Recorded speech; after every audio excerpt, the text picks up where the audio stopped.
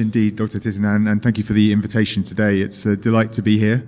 And like my colleagues have said, our thoughts are with the people of Ukraine at the moment who are suffering so much devastation and harm. I will come to your question, Dr. Titinan, in a minute, but I would like to make 5 points in my remarks today. The first is to say very clearly that we see this as an assault on the international order that matters to all of us. Including Thailand, including European countries, and every member state of the United Nations. President Putin has decided to invade a sovereign and free country. And this attack is completely unprovoked and completely unnecessary. And I'm very careful when I say it's a decision of President Putin here, and we do not have a fight with the Russian people, but the Russian government and President Putin have decided to do this. This is an egregious violation of international law and the UN Charter. The UN is an international body which is based upon sovereign member states. And so if you do not recognize that sovereignty, how does the UN function? So we must respect that, and it's absolutely crucial that the international community across the world stands up for sovereignty and territorial integrity at this moment in history. I think as well, the Russian government is breaching its own commitments from recent years, including the Budapest Memorandum, the Minsk agreements. So there are real questions of confidence in the Russian government's word when it signs up to international commitments that I'll come to a little bit later. And from a UK perspective, this is a pattern of behaviour by the Russian government which I think falls outside what is acceptable internationally and international norms.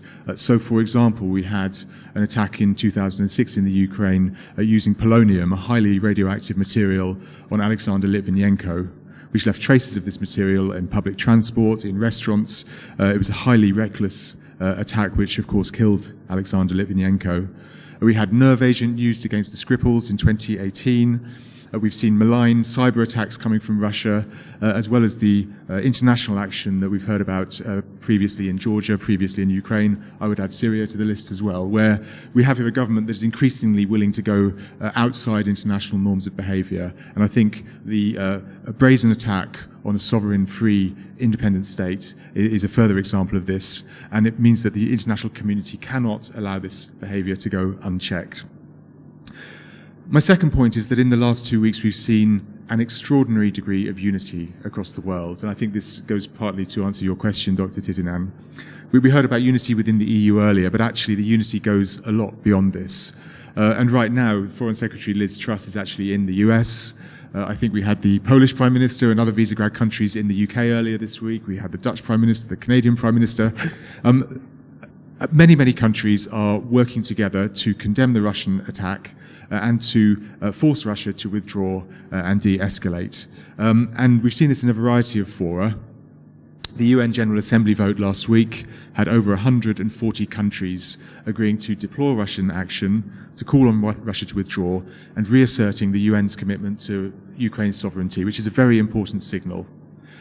In other UN fora, like the Human Rights Council, there's been an overwhelming agreement to launch an investigation.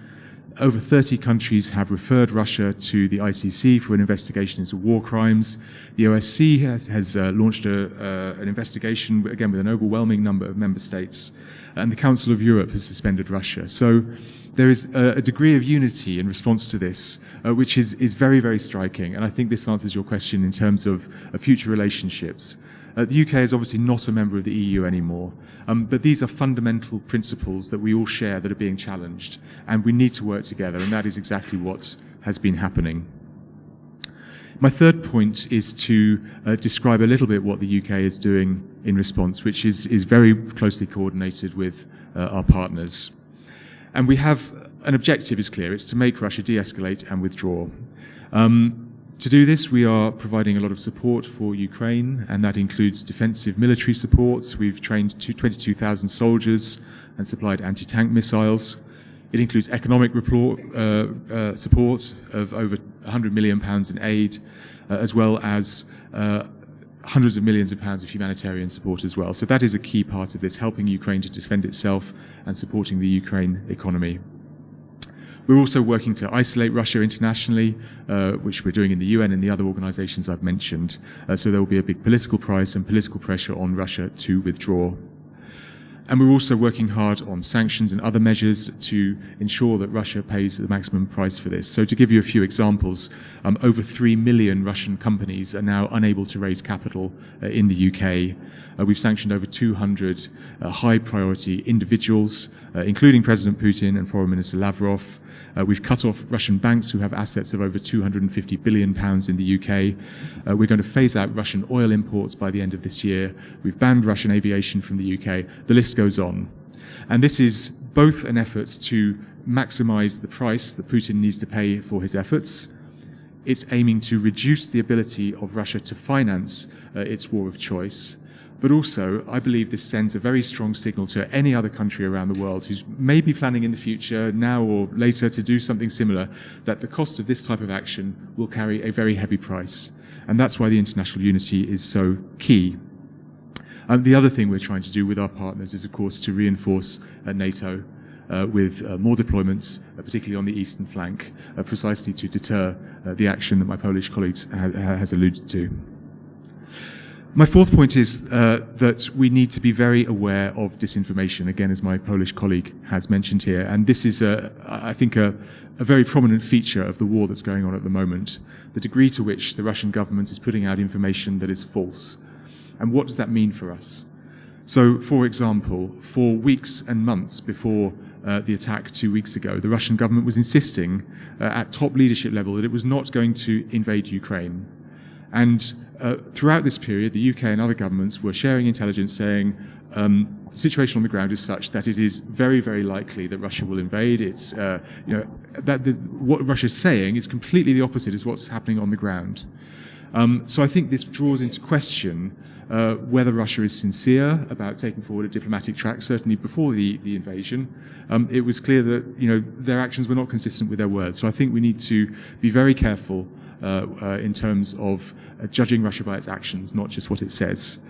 But I also think that we flagged up well before the 24th of February the likelihood that the Russian government would try to create a pretext for its attack on Ukraine, including potentially allegations of shelling of civilian areas, presenting its operation as a humanitarian operation.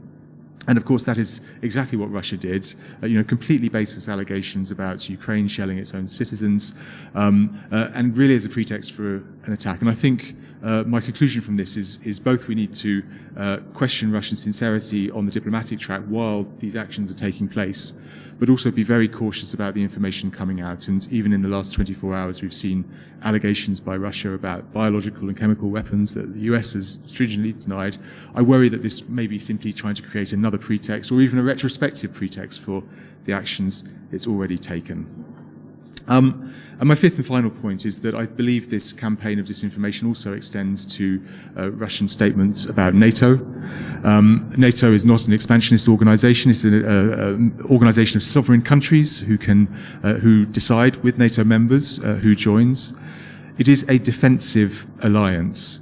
That is very clear. It makes decisions transparently. So allegations by Russia that Ukraine is somehow a military threat to Russia, or that NATO is, seeking to have some sort of military confrontation with Russia, I would say are completely false, and we must not be led astray by them. Equally, it's important that every sovereign country has the right to decide on its own defence arrangements, and that applies as much for Thailand as it does for the UK, as it does for Ukraine. So it's that sovereign country's decision. These decisions cannot be taken by a third country, and certainly can't be taken with threats of force, etc. So in conclusion, we believe that this matters to Thailand, it matters to the UK and all of our countries. We need to make a very robust response now to persuade Russia to de-escalate and withdraw, but also to send a strong signal for the future that this kind of action outside international law will not be tolerated by the international community. Thank you. Thank you.